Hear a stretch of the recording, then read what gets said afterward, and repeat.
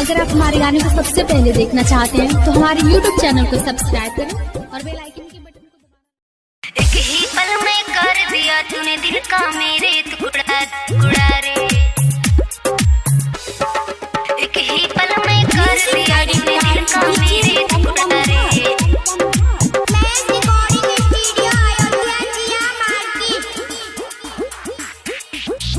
जान समझ के जीती थी मैं देख तेरा मुखड़ा रे मुखड़ा रे मुखड़ा रे। एक ही पल में कर दिया तूने दिल का मेरे टुकड़ा रे। एक ही पल में कर दिया तूने दिल का मेरे टुकड़ा रे। दिल का मेरे टुकड़ा रे। किसको मैं सुनाऊं जाके अपनी दिल का दुखड़ा रे दुखड़ा रे दुखड़ा रे।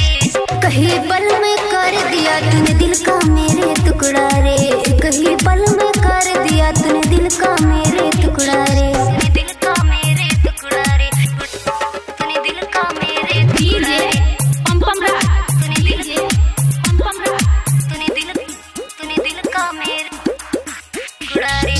जानू जानू कह के तू ले गई लो तो जान रे। एक ही पल में तोड़ दिया तूने दिल का ये अरमान रे दिल का ये अरमान रे। जानू जानू कह के तू ले गई लो तो जान रे।